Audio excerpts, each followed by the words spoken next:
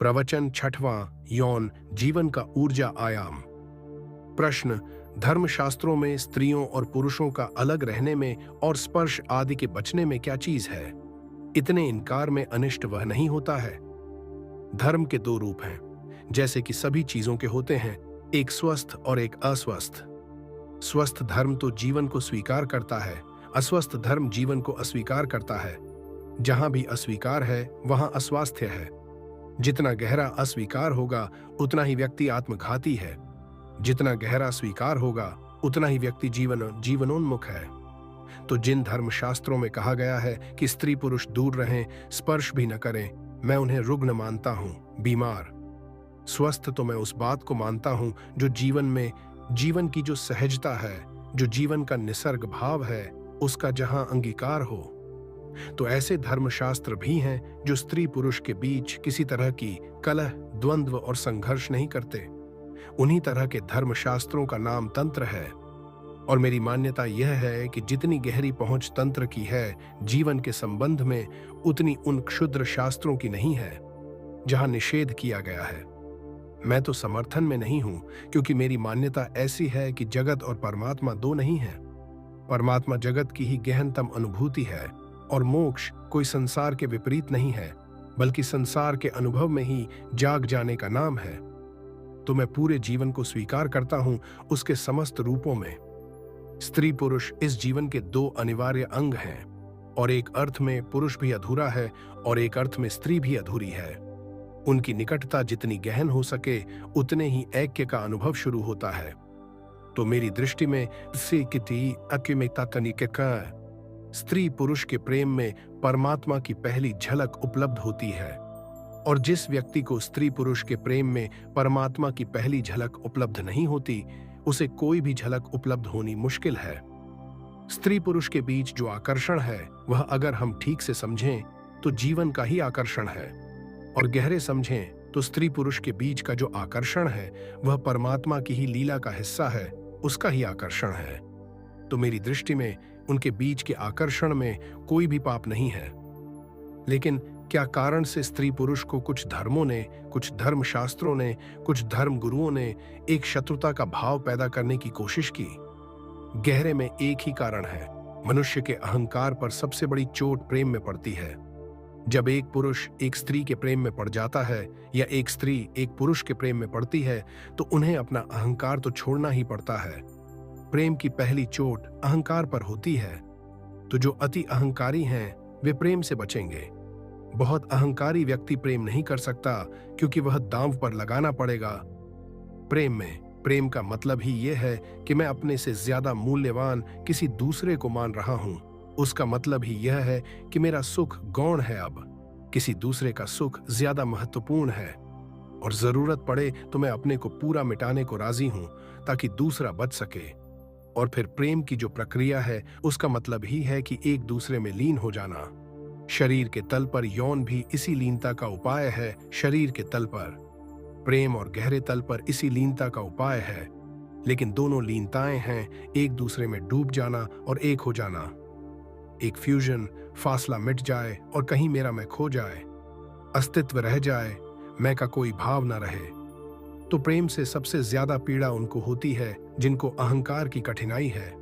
तो अहंकारी व्यक्ति प्रेम नहीं कर सकता। अहंकारी व्यक्ति प्रेम के भी विरोध में हो जाएगा और अहंकारी व्यक्ति काम के भी विरोध में हो जाएगा। ऐसे अहंकारी व्यक्ति अगर धार्मिक हो जाएं, तो उनसे जो धर्म का जन्म होता है वह रुग्ण धर्म है। और ऐसे अहंकारी व्यक्ति अक्सर धार्मिक हो जाते हैं, क्योंकि उन्हें जीवन में अब कहीं जाने का उपाय नहीं रह जाता। जिसका प्रेम का द्वार बंद है उसके जीवन का भी द्वार बंद हो गया, और जिसे प्रेम का अनुभव नहीं हो रहा है उसके जीवन में दुख ही दुख रह गया। अब इस दुख से उबरने के लिए कोई रास्ता खोजेगा। वह प्रेम में खो नहीं सकता, तो अब वह कहीं और खोने का रास्ता खोजेगा। तो वह परमात्मा की कल्पना करेगा, मोक्ष की कल्पना करेगा। लेकिन उसका परमात्मा और मोक्ष अनिवार्य रूप से संसार के विरोध में होगा, क्योंकि वह संसार के विरोध में है। संसार से मतलब वह प्रेम के विरोध में है, शरीर के विरोध में है। तो उसका जो परमात्मा है उसकी कल्पना का वह ही विपरीत होगा संसार के। एक अर्थ में संसार का दुश्मन होगा। ऐसा जो आदमी धार्मिक हो जाए तो रुग्ण धर्म पैदा हो जाता है, और ऐसे लोग अक्सर धार्मिक हो जाते हैं। ऐसे लोग शास्त्र भी लिखते हैं, ऐसे लोग अपने विचार का प्रचार भी करते हैं।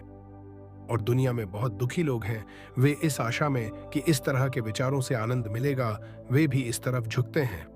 और दुनिया में सभी के पास थोड़ा बहुत अहंकार है, तो जिनके भी अहंकार को थोड़ा बढ़ावा पाने की इच्छा हो, वे भी इस ओर झुक जाते हैं। अहंकारी आदमी हमेशा आक्रामक होता है, तो वह अपने धर्म को लेकर भी आक्रमण करता है दूसरों पर, उनको कन्वर्ट करता, उनको समझाता बुझाता, बदलता है। और चूंकि वह प्रेम, काम, जीवन के सामान्य संबंधों से अपने को दूर रखता है, स्वभावतः ऐसा लगता है कि वह बड़ा त्याग कर रहा है, और जिन चीजों में हमें सुख मिल रहा है उन सबको छोड़ रहा है। इसलिए हमारे मन में भी आदर पैदा होता है। आदर तभी पैदा होता है जब हमसे विपरीत कोई कुछ कर रहा हो, जो हम न कर पा रहे हों वह कोई कर रहा हो, तो आदर पैदा होता है। और वह आक्रामक है, अहंकारी है। वह सब भांति अपने विचार को हमारे ऊपर थोपने की कोशिश करता है। हम उससे राजी न भी हो पाएं तो कम से कम हम में वह अपराध भाव, गिल्ट तो पैदा कर ही देता है कि तुम पाप कर रहे हो, तुम जो कर रहे हो वह गलत है और पाप है। इतना भाव तो वह पैदा कर ही देता है। इस भाव के बड़े मजेदार परिणाम होते हैं। इसका बड़ा परिणाम तो ये होता है कि जो आप कर रहे हैं वह छोड़ तो नहीं पाते, क्योंकि वह स्वाभाविक है, लेकिन अब उसे करते वक्त आपको अपराध की प्रतीति होने लगती है। तो प्रेम जो है वह पाप हो जाता है। प्रेम भी करते हैं और भीतर कहीं गहरे में यह भी लगता रहता है कि कुछ गलत कर रहे हैं, कुछ पाप कर रहे हैं। इसका परिणाम यह होता है कि प्रेम से जो भी सुख मिलता था वह मिलना बंद हो जाता है। प्रेम जारी रहता है और सुख इस अपराध भाव के कारण मिलना बंद हो जाता है। जिस चीज में भी अपराध भाव पैदा हो जाए उसमें सुख नहीं मिल सकता। सुख के लिए पहली बात जरूरी है कि मन में अहोभाव हो, अपराध भाव न हो। तो पुरुष का मन है कि स्त्री को प्रेम करे, स्त्री का मन है कि पुरुष को प्रेम करे। यह स्वाभाविक आकर्षण है, नैसर्गिक, कुछ इसमें बुरा नहीं है। लेकिन अब वह जो अपराध पैदा कर देंगे त्यागी, वह जहर बन जाएगा। तो स्त्री पुरुष एक दूसरे के प्रति आकर्षित भी होंगे और साथ ही विकर्षित भी होंगे। एक दोहरी धारा, द्वंद्व और विपरीत स्थिति बन जाएगी। एक भीतरी कंट्राडिक्शन खड़ा हो जाएगा। यह सारी मनुष्य जाति में उन्होंने पैदा कर दिया। इसके उनको फायदे हैं, क्योंकि जब आपको प्रेम से कोई सुख नहीं मिलता तो उनकी बात बिल्कुल ठीक लगने लगती है कि न तो इसमें कोई सुख है, और सुख नहीं मिलता इसलिए नहीं कि प्रेम में सुख नहीं है। सुख नहीं मिलता इसलिए कि उन्होंने पाप का भाव पैदा कर दिया। अगर कोई बच्चे को समझा दे कि श्वास लेने में पाप है तो श्वास लेने में दुख मिलने लगेगा। हम जो भी समझा दें उसमें दुख मिलने लगेगा। दुख जो है वह कोई भी गलत काम हम कर रहे हैं उससे मिलने लगेगा। वह काम गलत है या नहीं ये सवाल नहीं है। जैसे जैन घर का बच्चा रात को खाना खाए तो लगता है कि पाप हो रहा है। जब मैंने पहली दफा रात में खाना खाया तो मुझे वॉमिट हो गई, एकदम उलटी हो गई, क्योंकि 14 साल तक मैंने कभी रात खाना खाया नहीं था, घर पर कोई कभी खाता नहीं था, और रात खाना पाप था जाहिर। और जब पहली दफे विद्यार्थियों के साथ पिकनिक पर चला गया और वहां कोई जैन नहीं था, सब हिंदू थे, उन्होंने दिन में कोई फिक्र न की भोजन बनाने की या खाने की, और मेरे अकेले के लिए मुझे अच्छा भी नहीं लगा कि कुछ कहूं। दिन भर की थकान, पहाड़ी पर चढ़ना, दिन भर की भूख, और फिर रात उनका खाना बनाना मेरे ही सामने, तो भूख भी, उनके खाने की गंध भी, तो मैं राजी हो गया। फिर मैंने सोचा कि इतने लोग इतने दिन से खाकर अभी तक नरक नहीं गए, एक दिन खा लेने से मैं नरक चला जाऊंगा। नरक तो नहीं गया, लेकिन रात मेरी तकलीफ में पड़ गई। मैं नरक में ही रहा, क्योंकि मुझे उलटी हो गई खाने के बाद। 14 साल तक जिस बात को पाप समझा हो उसको एकदम से भीतर ले जाना बहुत मुश्किल है। उस दिन जब मुझे उलटी हो गई तो मैंने यही सोचा कि बात पाप ही है, नहीं तो उल्टी कैसे हो जाती। तो विसियस सर्किल है, विचार के भी दुष्ट चक्र हैं। जिस चीज को हम पाप मान लेते हैं उसमें सुख नहीं मिलता, दुख मिलने लगता है, और जब दुख मिलने लगता है तो उसे और भी पाप मान लेने का गहरा भाव हो जाता है। जितना गहरा पाप मानते हैं उतना ज्यादा दुख मिलने लगता है। इस भांति 5000 साल से त्यागवादी आदमी की गर्दन पकड़े हुए हैं, और वे बीमार लोग हैं, रुग्ण हैं, जीवन को जो भोग नहीं सकते, क्योंकि जीवन के भोगने के लिए जो अनिवार्य शर्त है उसको वे पूरी नहीं कर सकते, उनका अहंकार बाधा बनता है। तब फिर वे कहना शुरू कर देते हैं कि सब अंगूर खट्टे हैं, और वह इतना प्रचार किया हुआ है अंगूर खट्टे होने का कि अंगूर खट्टे हैं या नहीं। जब आप उनको मुंह में डालते हैं तो आपके दांत कहते हैं कि खट्टे हैं। प्रचार इतना बड़ा है। इन सारे लोगों ने स्त्री पुरुष के बीच बहुत तरह की बाधाएं खड़ी की हैं, और चूंकि इनमें अधिक लोग पुरुष थे इष्टिके से, इसलिए स्वभावतः स्त्री को उन्होंने बुरी तरह निंदित किया। ये सब शास्त्र रचने वाले चूंकि अधिकतर पुरुष थे, इसलिए स्त्री को उन्होंने बिल्कुल नरक का द्वार बना दिया। तो नरक के द्वार को छूने में खतरा तो है ही, फिर नरक के द्वार के पास होने में खतरा है। और जितना इन लोगों ने यह भाव पैदा किया कि स्त्री नरक का द्वार है, स्त्री पुरुष के संबंध पाप हैं, अपराध हैं, ये भी सामान्य मनुष्य थे। इनके भीतर भी स्त्री के प्रति वही आकर्षण था जो किसी और के मन में है। और जब इन्होंने इतना विरोध किया तो यह आकर्षण और बढ़ गया। निषेध से आकर्षण बढ़ता है। जिस चीज का इनकार किया जाए उसमें एक तरह का रस पैदा होना शुरू हो जाता है। तो ये दिन रात इनकार करते रहे तो इनका रस भी बढ़ गया। और जब इनका रस बढ़ गया तो अगर इस तरह के लोग ध्यान करने बैठें, प्रार्थना करने बैठें, तो स्त्री ही उनको दिखाई पड़ने वाली है। वे भगवान को देखना चाहते हैं लेकिन दिखाई स्त्री पड़ती है। तब स्वभावतः उनको और भी पक्का होता चला गया कि स्त्री ही नरक का द्वार है। कहाँ हम भगवान को जब भी पाने जाना चाहते हैं तभी स्त्री बीच में आ जाती है। सारे ऋषि मुनियों को स्त्रियां सताती हैं। इसमें स्त्रियों का कोई कसूर नहीं है, इसमें ऋषि मुनियों के मन की भाव दशा है। ये ऋषि मुनि स्त्री के खिलाफ लड़ रहे हैं। कोई ऊपर इंद्र बैठा हुआ नहीं है कि अप्सराएं भेज दे, मगर इन सबको अप्सराएं घेर लेती हैं। नग्न स्त्रियां, सुंदर स्त्रियां, ये इनके मन के रूप हैं जो इन्होंने दबाया है। और जिसको निषेध किया है वह इतना प्रगाढ़ हो गया है, वह इतना प्रगाढ़ हो गया है कि अब वह बिल्कुल इनको वास्तविक मालूम पड़ता है। तो इनके कहने में भी गलती नहीं है कि इन्होंने जो अप्सराएं देखी बिल्कुल वास्तविक हैं। यह अत्यंत रुग्ण चित्त की दशा है, विक्षिप्त चित्त की दशा है। शब्ददंत इसका तदसठते। जबकि कोई वासना इतनी प्रगाढ़ हो जाती है कि उस वासना से जो स्वप्न खड़ा होता है वह वास्तविक मालूम होता है। यह पागल मन की हालत है। और इन सबको स्त्रियां ही सताती हैं, क्योंकि इनका पूरे जीवन का सारा संघर्ष स्त्री से है। जिससे संघर्ष है वह सताएगा। जिस दिन आपने उपवास किया है उस दिन भोजन के स्वप्न आ जाएंगे। और अगर 2-4 महीने का आपको लंबा उपवास करना पड़े तो आप डिल्यूजन की हालत में हो जाएंगे।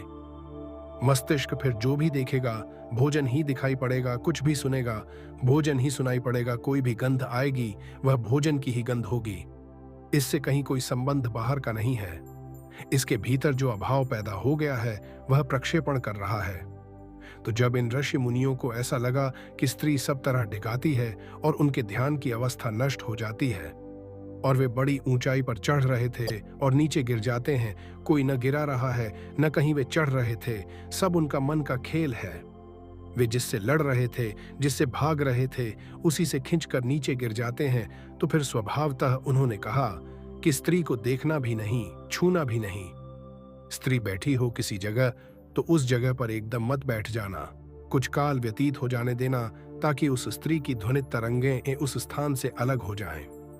अब यह बिल्कुल रुग्ण चित्त लोगों की दशा है। इतने भयभीत लोग, और जो स्त्री से इतने भयभीत हों वे कुछ और पा सकेंगे इसकी संभावना नहीं है। इस तरह के लोगों ने जो बातें लिखी हैं, मैं मानता हूं कि आज नहीं कल हम उनको विक्षिप्त मनोविकारग्रस्त शास्त्रों में गिनेंगे। मेरा कोई समर्थन इनको नहीं है। मेरा तो मानना ऐसा है कि जीवन में मुक्ति का एक ही उपाय है कि जीवन का जितना गहन अनुभव हो सके, और जिस चीज के हम जितने गहन अनुभव में उतर जाते हैं उतना ही उससे हमारा छुटकारा हो जाता है। अगर निषेध से रस पैदा होता है तो अनुभव से वैराग्य पैदा होता है। मेरी जो दृष्टि है कि जिस चीज को हम जान लेते हैं, जानते ही हमारा उससे जो विक्षिप्त आकर्षण था वह शांत होने लगता है, और स्वभावतः काम का आकर्षण सर्वाधिक है होगा, क्योंकि हम उत्पन्न काम से होते हैं और हमारे शरीर का एक एक कण जीवाणु काम कण है। माता पिता के जिस कामाणु से निर्माण होता है फिर उसी का विस्तार हमारा पूरा शरीर है। तो हमारा रोआ रोआ काम से निर्मित है। पूरी सृष्टि काम सृष्टि है। इसमें होने का मतलब ही है काम वासना के भीतर होना। जैसे हम श्वास ले रहे हैं हवा में, उससे भी गहरा हमारा अस्तित्व काम वासना में है, क्योंकि श्वास लेना तो बहुत बाद में शुरू होता है। बच्चा जब मां के पेट से पैदा होगा और जब रोएगा तब पहली श्वास लेगा। इसके पहले भी 9 महीने वह जिंदा रह चुका है, और वह 9 महीने जो जिंदा रह चुका है वह तो उसकी काम ऊर्जा का ही सारा फैलाव है। तो वह जो काम ऊर्जा से हमारा सारा शरीर निर्मित है, कण कण निर्मित है, श्वास से भी गहरा हमारा उसमें अस्तित्व छिपा हुआ है, उससे भाग कर कोई बच नहीं सकता। क्योंकि भागोगे कहाँ? वह तुम्हारे भीतर है, तुम ही हो। तो मैं कहता हूं उससे भागने की कोई जरूरत नहीं, और भागने वाला उपद्रव में पड़ जाता है। तो जीवन में जो है उसका सहज अनुभव, उसका स्वीकार, और जितना गहरा अनुभव होता है उतने हम जाग सकते हैं। इसलिए मैं तंत्र के पक्ष में हूं, त्याग के पक्ष में नहीं हूं। और मेरा मानना है जब तक त्यागवादी धर्म दुनिया से समाप्त नहीं होते तब तक दुनिया सुखी नहीं हो सकती, शांत भी नहीं हो सकती। सारी रोग की जड़ इनमें छिपी है। तंत्र की दृष्टि बिल्कुल उलटी है। तंत्र कहता है कि अगर स्त्री पुरुष के बीच आकर्षण है तो इस आकर्षण को दिव्य बनाओ, इससे भागो मत, इसको पवित्र करो। अगर काम वासना इतनी गहरी है तो इससे तुम भाग सकोगे भी नहीं। तो इस गहरी काम वासना को ही क्यों न परमात्मा से जुड़ने का मार्ग बनाओ। और अगर सृष्टि काम से हो रही है तो परमात्मा को हम काम वासना से मुक्त नहीं कर सकते, नहीं तो कुछ होने का उपाय नहीं रह जाता। अगर कहीं भी कोई शक्ति है इस जगत में तो उसका हमें किसी न किसी रूप से काम वासना से संबंध जोड़ना ही पड़ेगा, नहीं तो इस सृष्टि के होने का कहीं कोई आधार नहीं रह जाता। इस सृष्टि में जो कुछ हो रहा है ये किसी न किसी रूप में परमात्मा से जेड़ा है, और हम आंखें खोलकर चारों तरफ देखें तो सारा काम का फैलाव है। आदमी में तो हम बेचैन हो जाते हैं, वे ऋषि मुनि भी आदमी में बेचैन हो जाते हैं, लेकिन और तरफ उनको ख्याल में नहीं आता। सुबह जब पक्षी गीत गा रहे हैं तो उनको लगता है कि बड़ी दिव्य बात हो रही है, लेकिन वह पक्षी जो पुकार लगा रहा है वह सब काम वासना की है। और जब फूल खिलते हैं ऋषि की वाटिका में तो वह सोचता है बड़ी अद्भुत बात है, और फूलों को जाकर भगवान को चढ़ा रहा है, लेकिन सब फूल काम वासना के रूप हैं। वे वीर्याणु हैं, उनमें छिपा बीज है जन्म का, और फूलों पर तितलियां घूमकर उनके वीर्याणु को लेकर दूसरे फूलों से जाकर मिला रही हैं। तो फूल देखकर तो ऋषि खुश होता है, क्योंकि उसको ख्याल में नहीं है कि फूल जो है वह काम वासना का रूप है। पक्षी का गीत सुनकर खुश होता है, मोर नाचता है तो खुश होता है, कोयल पुकारती है तो खुश होता है, लेकिन उसे पता नहीं सिर्फ आदमी में ही क्यों परेशान है। आदमी से क्या परेशानी है? वही काम, लेकिन आदमी के काम से वह परिचित है, वह उसकी खुद की पीड़ा है। बाकी पूरी प्रकृति काम का फैलाव है। यहाँ जो भी दिखाई पड़ रहा है उस सबके भीतर काम छिपा हुआ है। सारा फैलाव, सारा खेल उसका है। तो जो काम इतने गहरे में है वह परमात्मा से जुद्धा होगा। तंत्र कहता है सबसे ज्यादा गहरी चीज काम वासना है, क्योंकि उससे ही जन्म होता है, उससे ही जीवन फैलता है। तो इस गहरे तंतु का हम उपयोग कर लें। इस तंतु से लड़े ना, बल्कि इस तंतु को धारा बना लें जिसमें हम बह जाएं। और काम वासना को अगर कोई धारा बना ले, ध्यान बना ले, समाधि बना ले, तो दोहरे परिणाम होते हैं। वह जो ऋषि निरंतर चाहता है त्यागवादी की छुटकारा हो जाए, वह भी हो जाता है। और दूसरा परिणाम यह होता है कि यह व्यक्ति काम वासना से भी छूट जाता है, और काम वासना के कारण अहंकार से भी छूट जाता है। तंत्र की साधना ही स्वस्थ साधना है। तो मैं तो विरोध में नहीं हूं, न तो मैं विरोध में हूं कि स्पर्श से बचें, वे न बच सकते हैं। ऐसा ऊपर से बचेंगे तो भीतर अप्सराएं सताएंगी। उससे इस पृथ्वी की स्त्रियों में कुछ ज्यादा उपद्रव नहीं है। बचने की बात ही मैं मानता हूं गलत है। भागना क्यों, डरना क्यों? जीवन जैसा है उसके तथ्य में जागरूक होना। अगर मेरे मन में किसी चीज के प्रति आकर्षण है तो मैं इस आकर्षण को समझने की कोशिश करूं। क्या है यह आकर्षण? क्यों है यह आकर्षण? और इस आकर्षण को मैं कैसे सृजनात्मक करूं कि इससे मेरा जीवन खिले और विकसित हो, यह मेरा विध्वंस न बन जाए। और इस आकर्षण का मैं उपयोग कैसे करूं, यह सवाल है। तो इस आकर्षण का गहरा उपयोग ध्यान के लिए हो सकता है, और स्त्री पुरुषों की सन्निधि बड़ी मुक्तिदायी हो सकती है। अगर कभी ऐसा हुआ कि मनुष्य और ज्यादा समझदार और ज्यादा विचारपूर्ण हुआ तो हम स्त्री पुरुष के बीच की सारी बाधाएं तोड़ देंगे। स्त्री पुरुष के बीच की बाधाएं तोड़ते ही हमारी 90% बीमारियां विलीन हो जाएंगी, क्योंकि उन बाधाओं के कारण सारे रोग खड़े हो रहे हैं, हमको दिखाई नहीं पड़ता। और चक्र ऐसा है कि जब रोग खड़े होते हैं तो हम सोचते हैं बोल आदमी मशीन टाइम से बातें तेज है और बाधाएं खड़ी करो ताकि रोग खड़े ना हो। अभी मैं एक गांव में था और कुछ बड़े विचारक और संत साधु मिलकर अश्लील पोस्टर विरोधी एक सम्मेलन कर रहे थे। तो उनका ख्याल है कि अश्लील पोस्टर लगता है दीवार पर, इसलिए लोग कामवासना से परेशान रहते हैं, जबकि हालत दूसरी है, लोग कामवासना से परेशान हैं इसलिए पोस्टर में मजा है। ये पोस्टर कौन देखेगा? पोस्टर को देखने कौन जा रहा है? पोस्टर को देखने वही जा रहा है जो स्त्री पुरुष के शरीर को देख ही नहीं सका, जो शरीर के सौंदर्य को नहीं देख सका, जो शरीर की सहजता को अनुभव नहीं कर सका, वह पुराना पोस्टर देख रहा है। पोस्टर इन्हीं गुरुओं की कृपा से लग रहे हैं, क्योंकि ये इधर स्त्री पुरुष को मिलने जुलने नहीं देते, पास नहीं होने देते। तो इसका परवर्टेड विकृत रूप है कि कोई गंदी किताब पढ़ रहा है, कोई गंदी तस्वीर देख रहा है, कोई फिल्म बना रहा है, क्योंकि आखिर यह फिल्म कोई आसमान से नहीं टपकती, लोगों की जरूरत है। इसीलिए सवाल यह नहीं है कि गंदी फिल्म क्यों है, सवाल यह है कि लोगों में जरूरत क्यों है।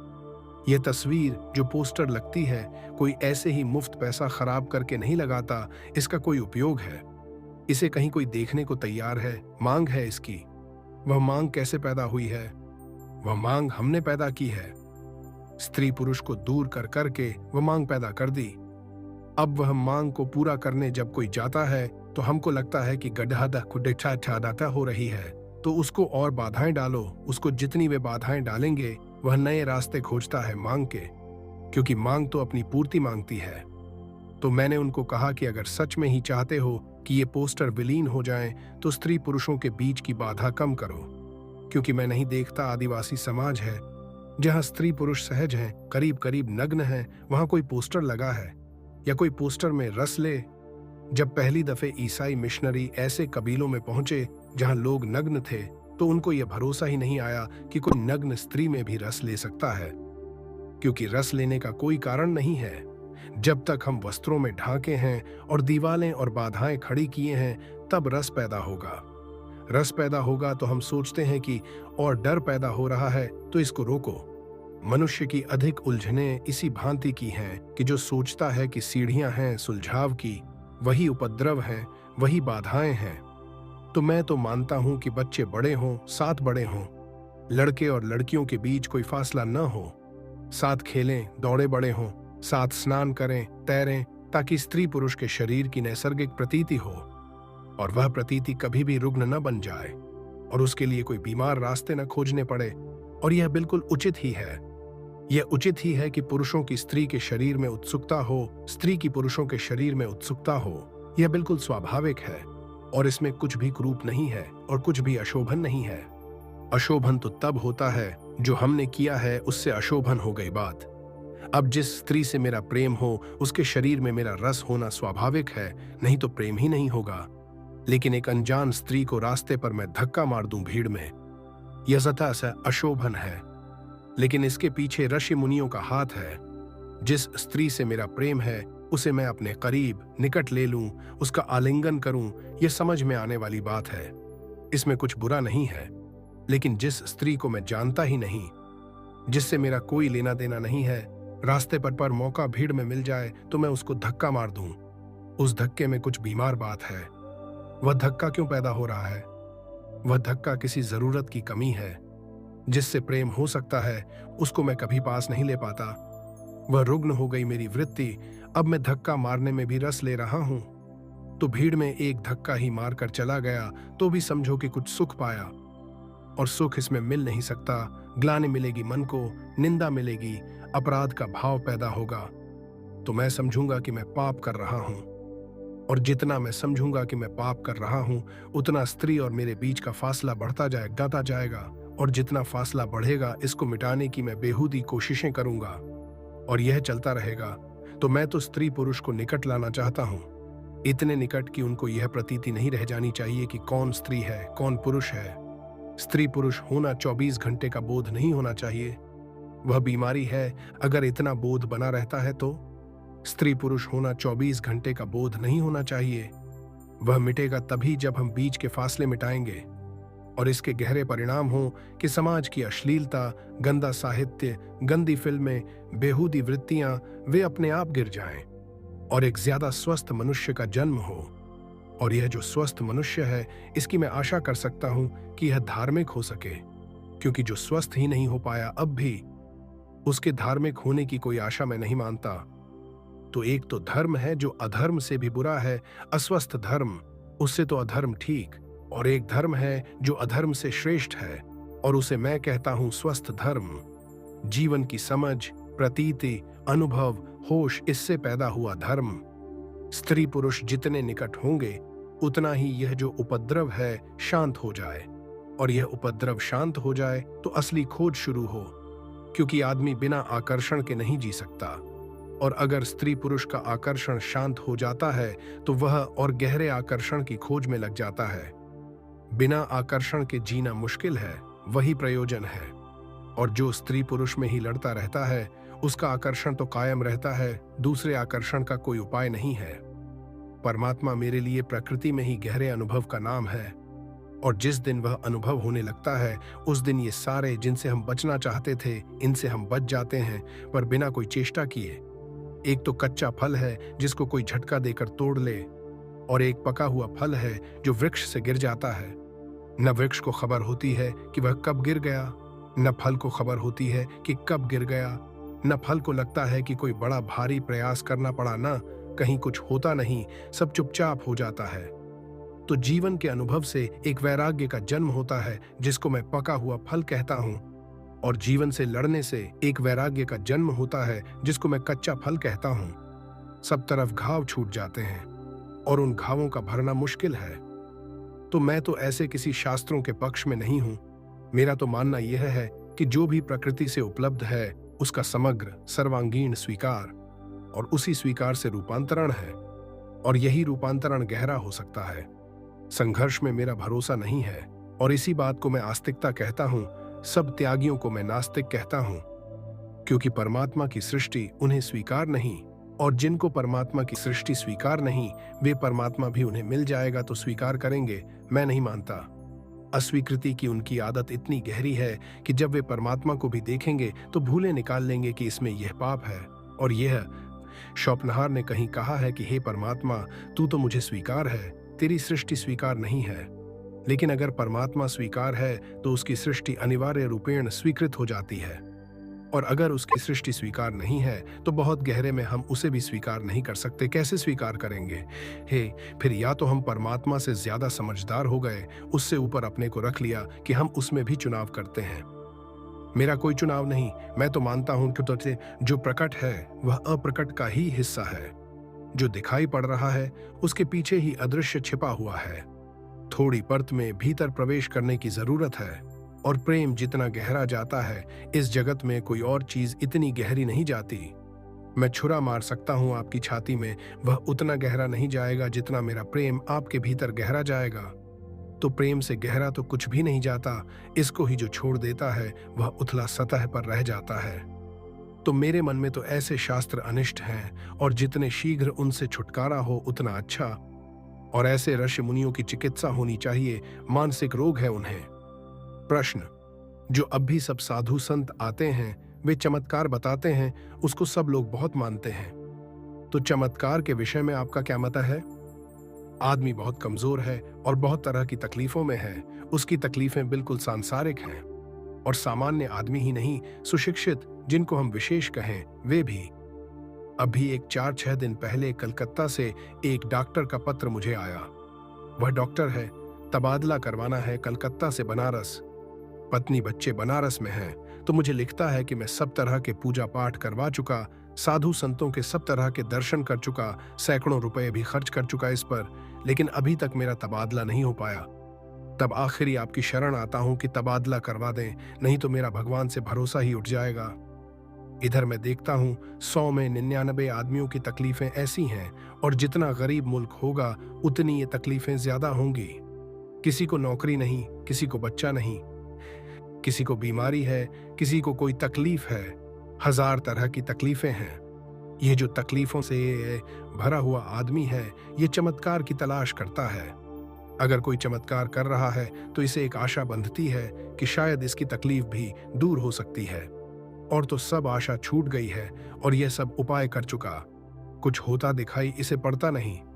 लेकिन अगर यह देख ले कि कोई आदमी हवा में से भभूत दे रहा है तो फिर इसे भरोसा आता है कि अभी भी कुछ आशा है, मुझे भी लड़का मिल सकता है।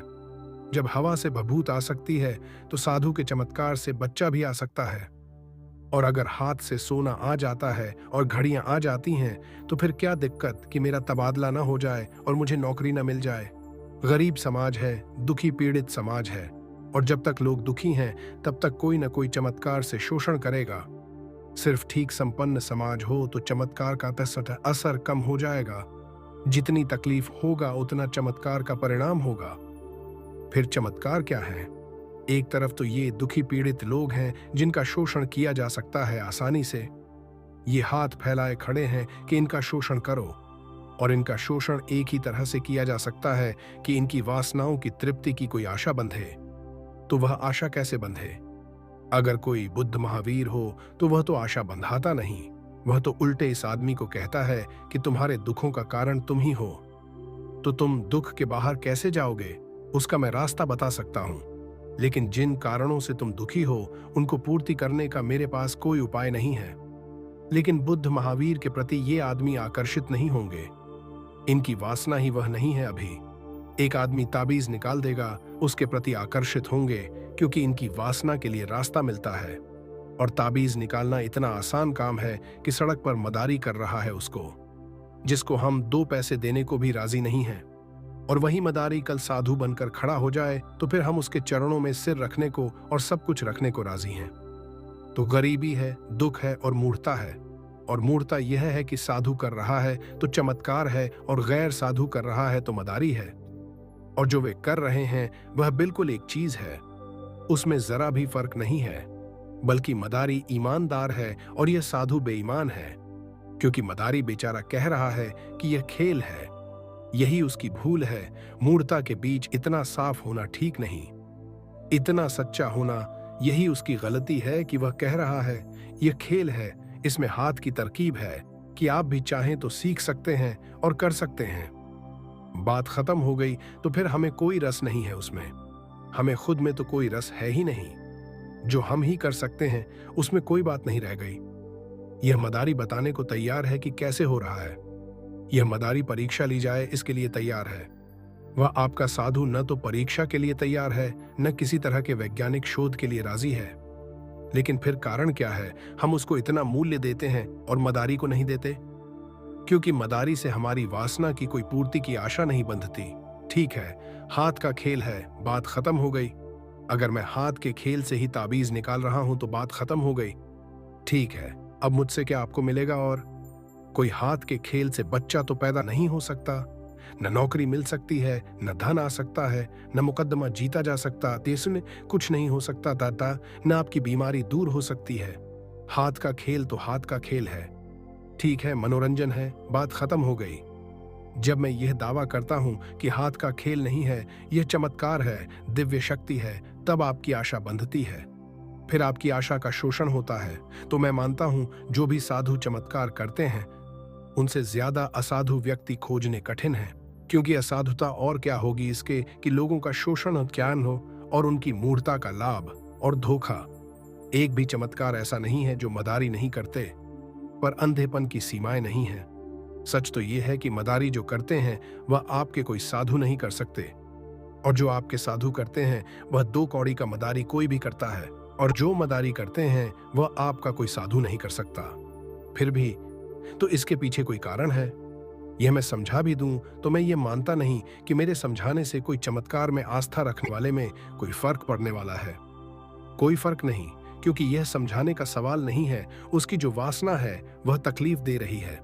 उसके भीतर जो वासना है उसका प्रश्न है कि वह कैसे हल हो। अब यह जो आदमी है डॉक्टर जिसने मुझे लिखा, इसको मैं कितना ही समझाऊं इससे कोई फर्क नहीं पड़ने वाला, क्योंकि समझाने से तबादला तो होगा नहीं।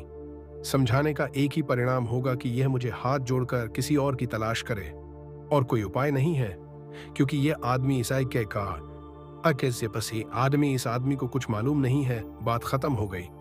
इतना ही इसका परिणाम होगा और कोई परिणाम होने वाला नहीं। यह किसी और की तलाश करेगा जो चमत्कार के तलाशी हैं, और हमारे मुल्क में ज्यादा होंगे क्योंकि बहुत दुखी मुल्क है, बहुत पीड़ित मुल्क है, अति कष्ट में है। इतने कष्ट में यह शोषण आसान है। मगर मेरा मानना ऐसा है कि धर्म से चमत्कार का कोई लेना देना नहीं है, क्योंकि धर्म का वस्तुतः आपकी वासना से कोई लेना देना नहीं है। धर्म तो इस बात की खोज है कि वह घड़ी कैसे आए जब सब वासनाएं शांत हो जाएं, कैसे वह क्षण आए जब मेरे भीतर कोई चाह न रह जाए, क्योंकि तभी मैं शांत हो पाऊंगा। जब तक चाह है तब तक अशांति रहेगी, चाह ही अशांति है। तो धर्म की तो पूरी चेष्टा यह है कि कैसे आपके भीतर वह भाव दशा बन जाए जहां कोई चाह नहीं है, कोई मांग नहीं है। उस घड़ी ही अनुभव होगा जीवन की परम धन्यता का।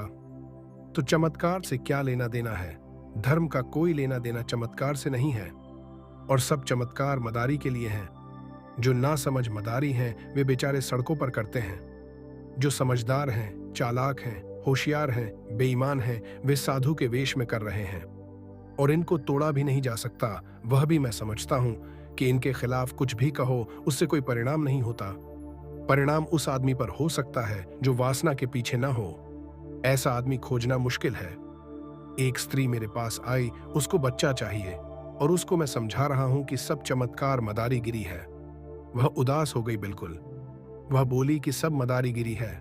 उसको दुख हो रहा है मेरी बात सुनकर। मुझे खुद ही ऐसा अनुभव होने लगा कि मैं पाप कर रहा हूं जो इसको मैं समझा रहा हूं, क्योंकि हो बच्चा न हो बच्चा होने की आशा में तो वह अपना दौड़ धूप कर रही है।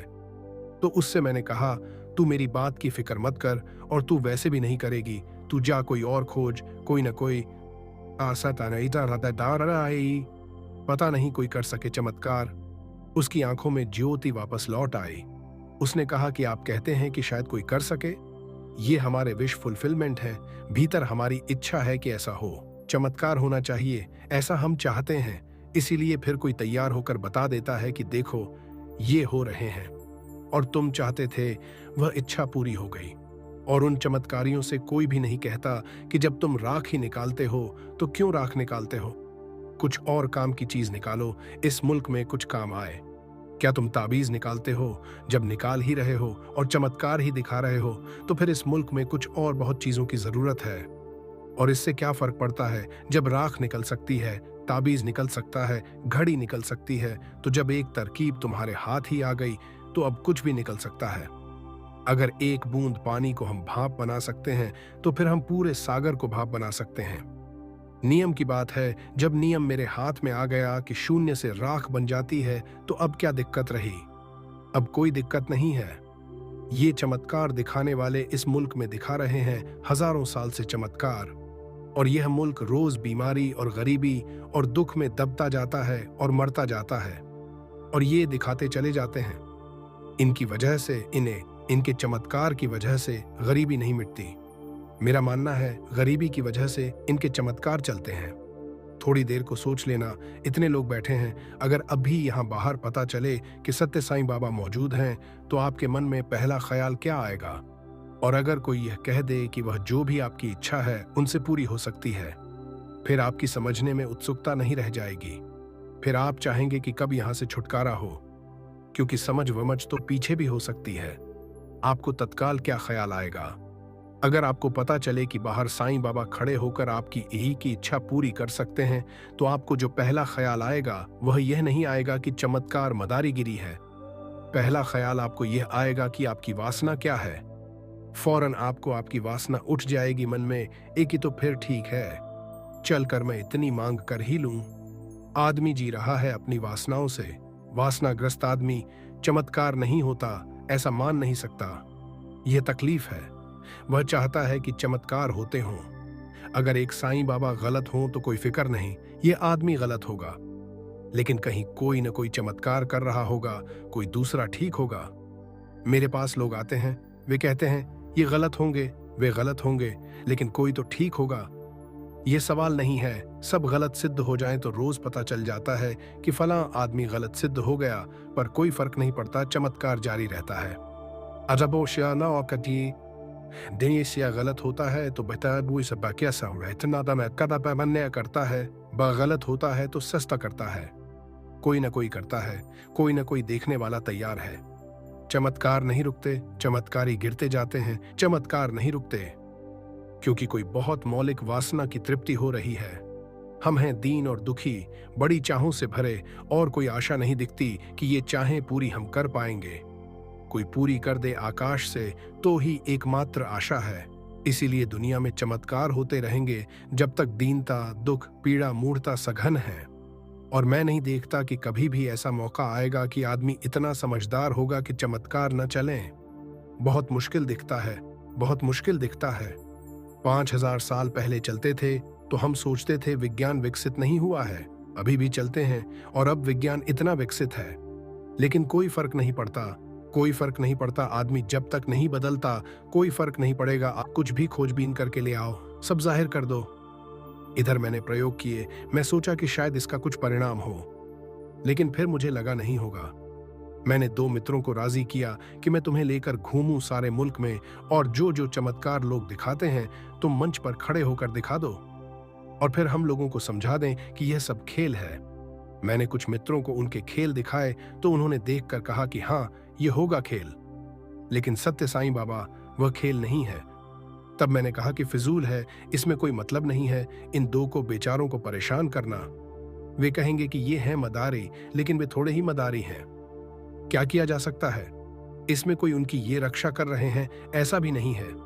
इनको कोई लेना देना नहीं है, लेकिन इनकी वासना ये चाहते हैं कि कहीं तो कोई कर रहा हो चमत्कार जो सच्चा है। बस इनकी चाह है।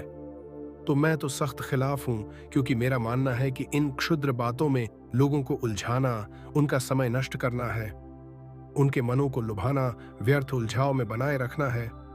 कुछ हल तो नहीं होता।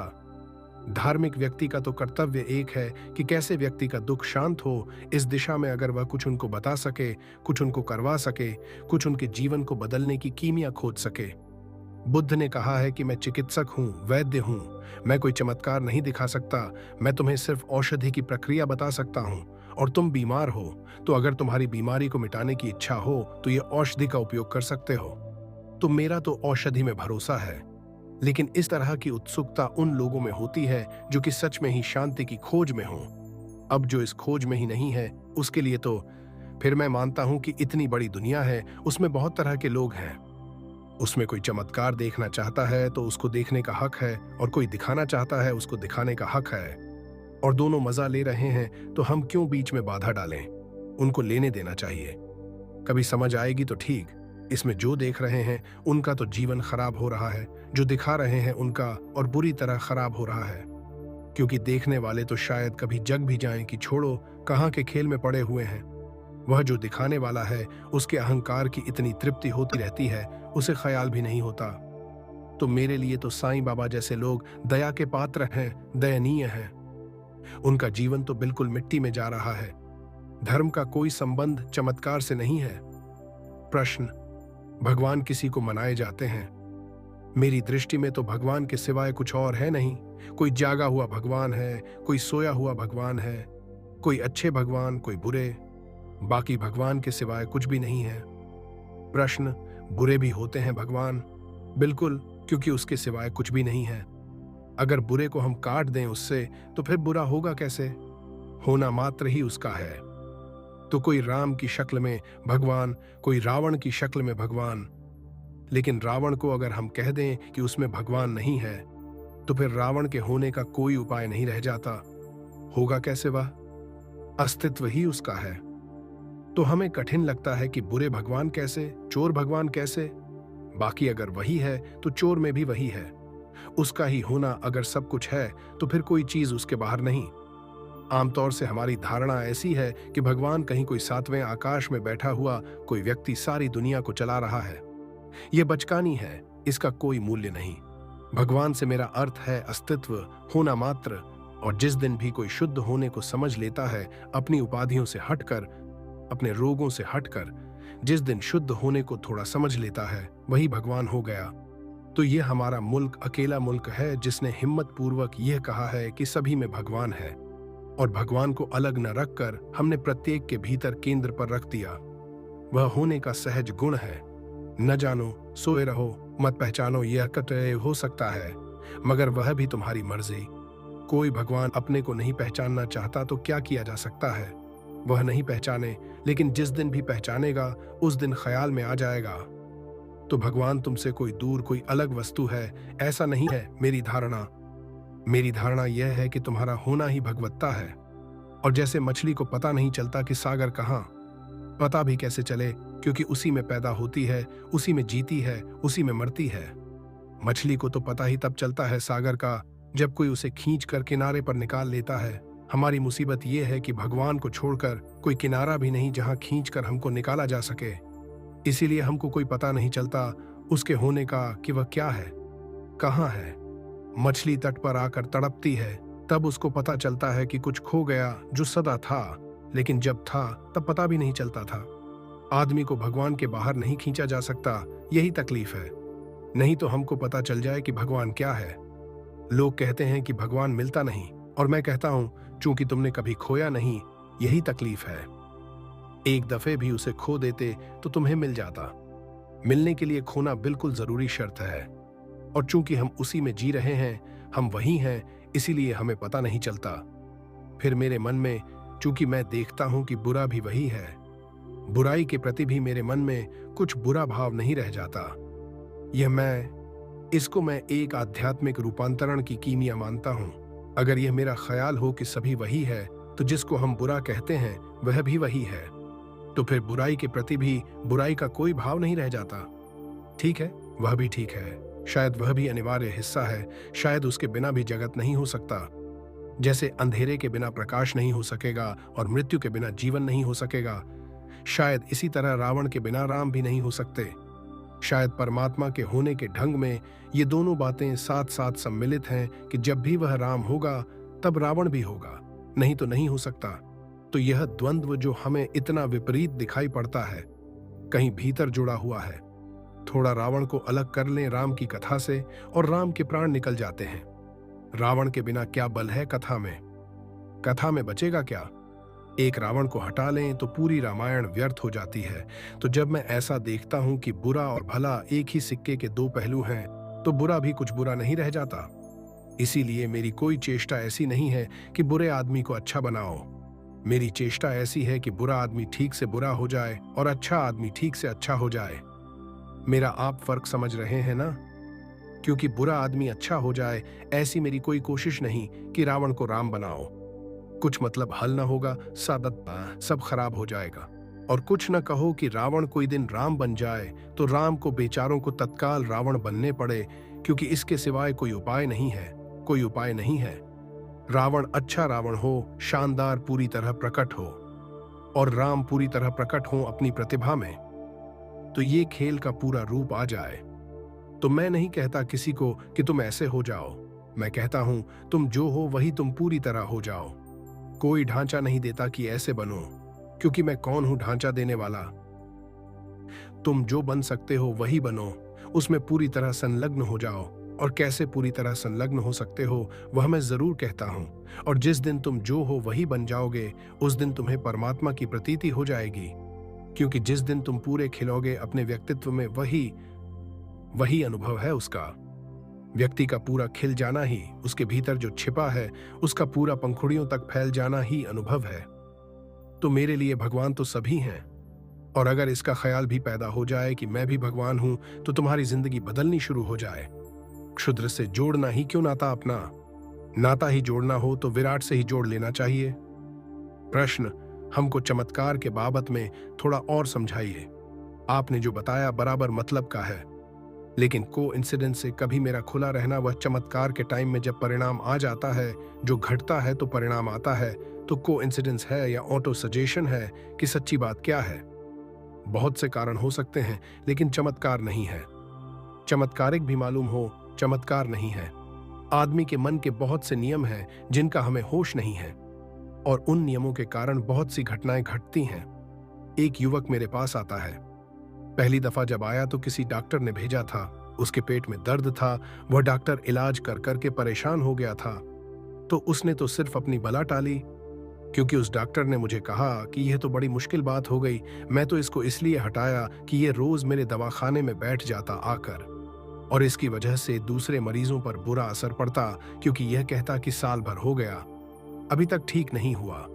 तो मैंने इसके हाथ जोड़े और कहा कि तू उनके पास जा, अब उनसे ही ठीक होगा, हमसे ठीक नहीं होने वाला। सिर्फ बला टालने के लिए आपके पास भेजा था और यह ठीक हो गया। वह मेरे पास आया और कहा कि मुझे अपने हाथ का छुआ हुआ पानी दे दें, वह डॉक्टर ने कहा है। मैंने कहा, बात क्या है? उसने कहा कि बात पूछने की, साल भर से मुझे पेट की तकलीफ है, और जिसको डॉक्टर ठीक न कर पाया हो वह फिर चमत्कार से ही ठीक होता है। क्योंकि डॉक्टर ठीक नहीं कर पाया, उसका मतलब यह है कि शरीर में कोई रोग नहीं है, नहीं तो डॉक्टर ही ठीक कर लेता, ऐसी कोई बात नहीं थी। रोग सिर्फ मन में है, उसको सिर्फ ख्याल है कि पेट में दर्द है। मैं उसको इनकार किया, उसको कहा कि यह मैं करूंगा नहीं, क्योंकि कल और लोग आ जाएं। तब उसने मेरे पैर पकड़ लिए, उसने कहा कि आप क्या कह रहे हैं, मैं किसी को बताऊंगा ही नहीं।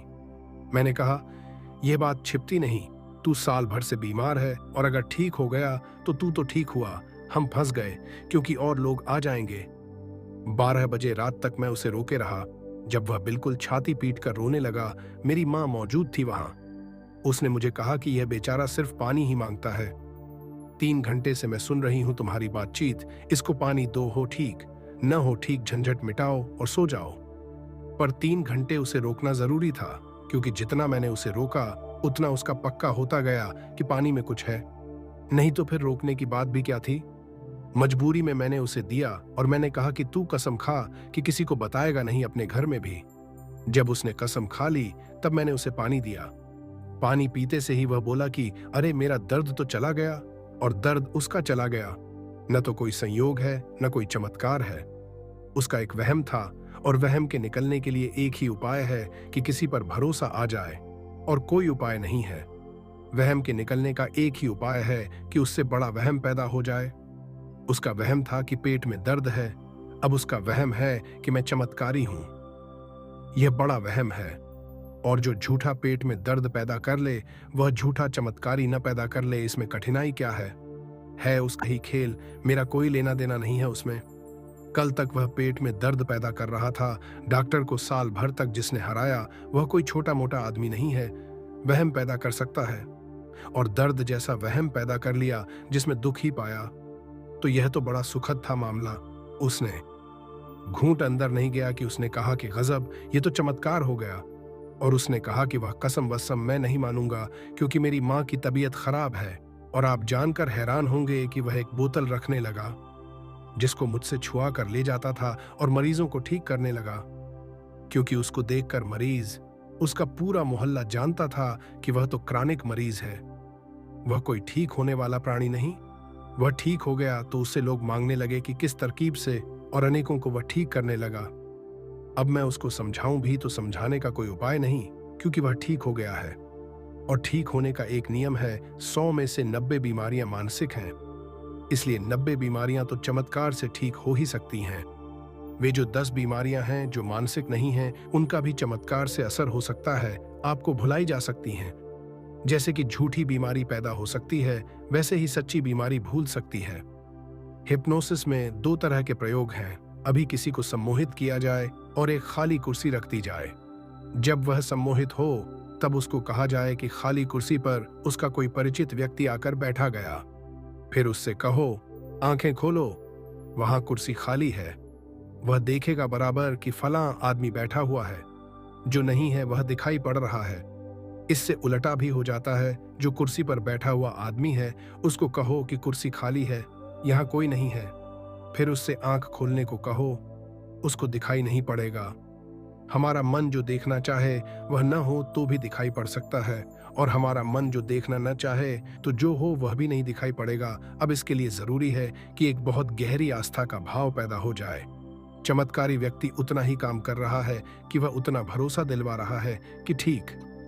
अब इसमें कठिनाइयां ये हैं कि अगर चमत्कारी व्यक्ति, जैसे मैंने यह बात आपसे कह दी, अब आपके पेट में दर्द हो तो मैं कुछ नहीं कर सकता, यह बेकाम है, मेरा चमत्कार काम नहीं करेगा।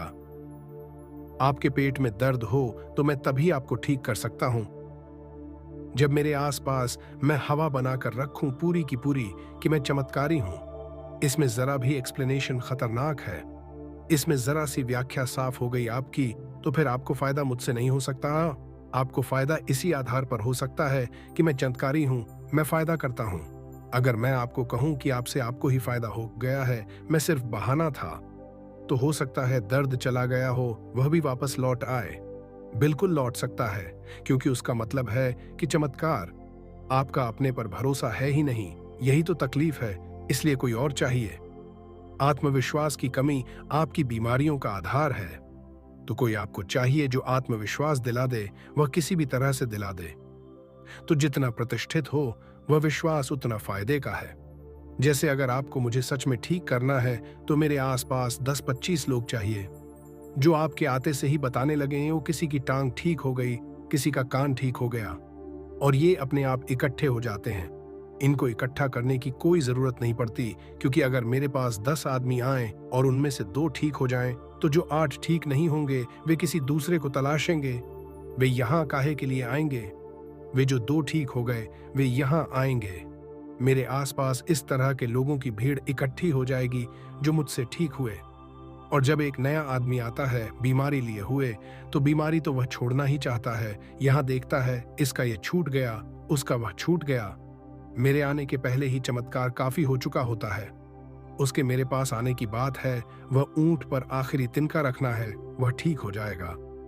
ये जो ठीक होना है, यह सीधे मन के नियम से हो रहा है। और चूंकि आप अपनी बीमारियां पैदा कर रहे हैं, इसलिए चमत्कार दिखाए जा रहे हैं। नहीं तो कहीं कोई चमत्कार की जरूरत नहीं है, पर ये चमत्कार खतरनाक है। खतरनाक इसलिए है कि आपकी मूल जो बीमारी की आधारशिला थी वह नहीं बदलती, बीमारी बदल जाती है। इस आदमी का पेट ठीक हो गया, लेकिन यह आदमी तो वही का वही है। कल यह सिरदर्द पैदा कर लेगा, फिर उसको किसी चमत्कार की जरूरत है। परसों यह पैर में तकलीफ पैदा कर लेगा, इसका मन तो वही का वही है। बीमारी एक तरफ से हटा दी, अब यह दूसरी तरफ से पकड़ लेगा। इस आदमी को कोई लाभ नहीं हो रहा है, क्योंकि लाभ तो इसको तभी हो सकता है जब यह समझ ले कि बीमारी मैं पैदा कर रहा हूं, और होशपूर्वक उस बीमारी को छोड़ दे, तो फिर यह आदमी दोबारा बीमारी पैदा नहीं करेगा।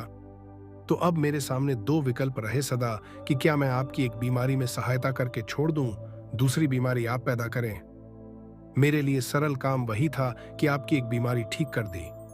आपको लगा कि बिल्कुल ठीक हो गया, बात खत्म हुई। उसमें समझाने बुझाने की कोई भी जरूरत नहीं है। समझाने बुझाने का काम ही नहीं है उसमें, बिल्कुल। उसमें तो चमत्कारी पुरुष जितना चुप रहे उतना अच्छा है, क्योंकि आप में बुद्धि डालना ठीक नहीं।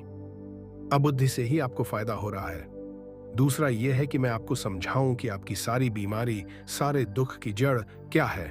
मगर तब मुझे चमत्कारी होने का कोई उपाय नहीं है। तब तो मैं आपके साथ संघर्ष करूं, आपकी बुद्धि को निखारूं, तोड़ूं, मिटाऊं, नया बनाऊं कि किसी दिन ऐसा क्षण आ जाए कि न तो आप झूठी बीमारी पकड़े, न झूठे चमत्कारों की जरूरत रहे। आप मुक्त हो जाएं भीतर अपनी बीमारी से, अपने बल से उसमें आपकी सहायता करूं। सच्चा शिक्षक मैं उसको कहता हूं जो आपको सहायता करे स्वतंत्र होने के लिए, कि एक दिन आप मुक्त हो जाएं और स्वतंत्र हो जाएं, अपने पैर पर खड़े हो जाएं। और झूठा शिक्षक मैं उसको कहता हूं जो आपकी बीमारी भी ठीक करे, लेकिन उसी कारण से करे जिस कारण से बीमारी थी। मैं एक कहानी कहता रहा हूं। एक घर में एक मेहमान आकर रहा, तो मेहमान जवान था और बिगड़ न जाए तो घर के लोगों ने उसको डरवा रखा था कि बाजार न जाए, रात सिनेमा न जाए। बीच में एक मरघट पड़ता था, तो कह रखा था कि उस मरघट से गुजरना बहुत खतरनाक है। भूत प्रेत, तो उसे भूत प्रेत का डर पैदा हो गया। तो वह रात तो नहीं जाता था बस्ती की तरफ, लेकिन धीरे धीरे डर इतना बूढ़ा कि दिन में भी वह अकेला न जाए। तो घर के लोगों ने कहा यह तो मुसीबत हो गई। वे भूत प्रेत जिनसे रात में डरवाया था, वे कोई कंपार्टमेंट तो मानते नहीं, वे दिन में भी डरावाएंगे। डर ही तो कारण था, डर पकड़ गया। अब वह दिन में भी कहे कि कोई साथ चलो तो वह बस्ती में जाएगा अंदर। तो फिर उन्होंने कहा कोई उपाय करना पड़े, तो एक फकीर के पास ले गए। तो उस फकीर ने कहा कि इसमें कोई दिक्कत की बात नहीं, यह ताबीज मैं बांधे देता हूं।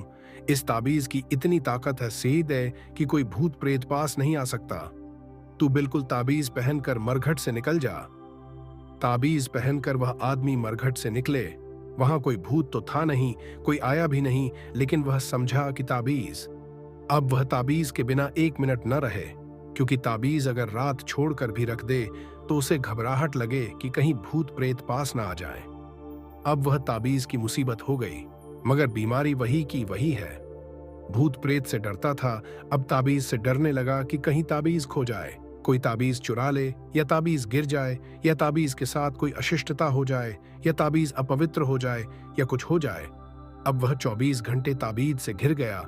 बीमार वहीं का वहीं है, कल भूत सता रहे थे, अब ताबीज सता रहा है। अब उसको ताबीज से छुटकारा करवाना। हम छुटकारा करवा सकते हैं, दूसरी चीज पकड़ाकर, मूल आधार वही रहे। मेरी प्रक्रिया सारी इतनी है कि आपको कोई ताबीज न देना पड़े। आपकी बीमारी है तो चाहे थोड़ी देर लगे, मुश्किल पड़े, कोई फिक्र नहीं, उससे भी प्रौढ़ता आएगी, लेकिन बीमारी जाए, नई बीमारी बिना पकड़े। इसको ही मैं कहूंगा कि असली चमत्कार है, बाकी सब धोखाधड़ी है। और मन इतनी कुशलता से खड़ा करता है कि हमें ख्याल नहीं है। खोज कहती है कि 100 में से केवल 3 सांप में जहर होता है, 97 सांपों में जहर होता ही नहीं। लेकिन आदमी 3% से ज्यादा मरते हैं, और कोई भी सांप काटे और मरने का डर पैदा हो जाता है। और जहर है नहीं उसमें, आप मरते कैसे हैं? सांप में जहर है ही नहीं, और आदमी को काटा और आदमी मर गया। आदमी सांप से कम मरता है, सांप ने काटा इससे मरता है। असली जहर सांप में नहीं है, आदमी के मन में है कि सांप ने काट खाया। फिर चाहे चूहे ने ही काटा हो, इससे कोई फर्क नहीं पड़ता, आदमी मर जाएगा। इसलिए सांप झाड़ा जा सकता है, क्योंकि कोई जहर तो होता नहीं। 97 मौके पर सांप का झाड़ने वाला सफल होगा, क्योंकि जहर तो होता ही नहीं। आदमी का कोई वास्तविक कारण नहीं है मरने का, सिर्फ यह ख्याल। तो मेरे एक मित्र जो सांप झाड़ने का काम करते हैं, उन्होंने सांप पाल रखे हैं। यह जरूरी है। जब उनके लड़के को सांप ने काट खाया तो वे भागे मेरे पास आए कि आप कुछ करो। मैंने कहा कि तुम तो न मालूम कितनों के झाड़ चुके। उन्होंने कहा वह काम इस पर नहीं करेगा, लड़का जानता है। वह जो तरकीब है वह लड़का जानता है। यह ज्ञान के साथ यह खराबी है। उस लड़के से भी मैंने पूछा कि तू क्यों घबरा रहा है? तेरे बाप को? उसने कहा उनका मुझे पता है, मुझ पर न चलेगा उनका काम, क्योंकि मैं खुद ही उनका सांप छोड़ता हूं। वह जब सांप कोई काटता है तो सांप उन्होंने पाल रखे हैं, तो वे भारी मंत्र पढ़ेंगे और मुंह से फंसू कर गिरेगा। फिर वे चिल्लाएंगे, चीखेंगे, फिर वे सांप को आवाज देंगे। फिर जिस सांप ने काटा है वह सांप आएगा, बाहर दरवाजे से चलता हुआ अंदर आएगा। जब वह मरीज देखता है काटा हुआ कि सांप आ गया, तो वह भी चमत्कृत हो जाता है कि जिस सांप ने काटा था। कभी कभी 6-6 घंटे लग जाते, क्योंकि सांप बहुत दूर है। वह आए तब, फिर सांप आता है। वह सांप आकर बिल्कुल कंपने लगता है और सिर पटकने लगता है झाड़ने वाले के सामने। तो मरीज आधा तो ठीक हो ही गया। उसने कहा गजब का चमत्कार है। फिर वे सांप को कहते हैं कि वापस जहां उसको काटा है उसको वापस उसका खून पियो। तो वे सांप मुंह लगाकर वहां से, वे सब ट्रेंड सांप हैं, 2-4 बूंद खून की टपक आती हैं। वे कहते हैं बस जहर उसने वापस ले लिया, उनके लड़के को काट लिया। अब वह लड़का कहे कि हम खुद ही छोड़ने हैं, इसलिए बड़ी मुसीबत है, और बाप भी कहे कि मेरा काम नहीं चलेगा इसमें, आप कुछ करो।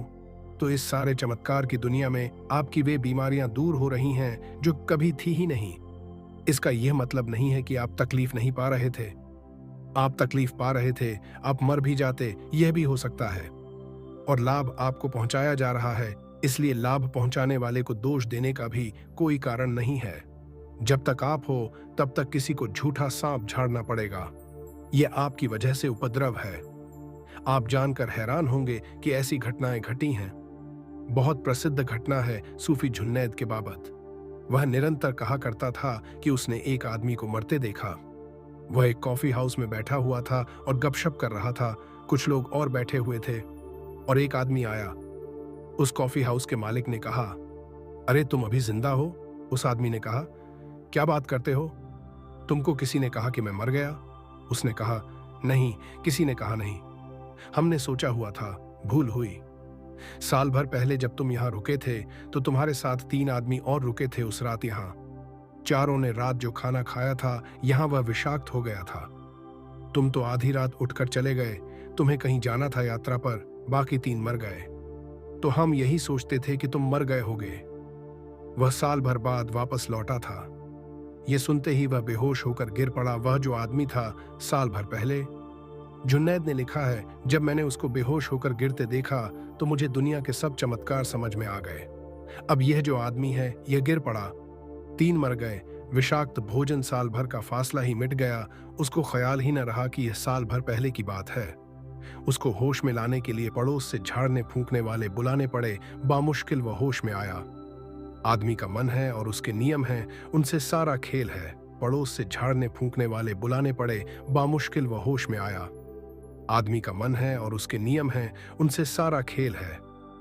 अंत में यही कामना करता हूं परमात्मा से कि प्रत्येक व्यक्ति के भीतर जो काम है वह राम के मंदिर तक पहुंचाने की सीढ़ी बन सके। बहुत बहुत धन्यवाद। और अंत में सबके भीतर बैठे हुए परमात्मा को प्रणाम करता हूं। मेरे प्रणाम स्वीकार करें।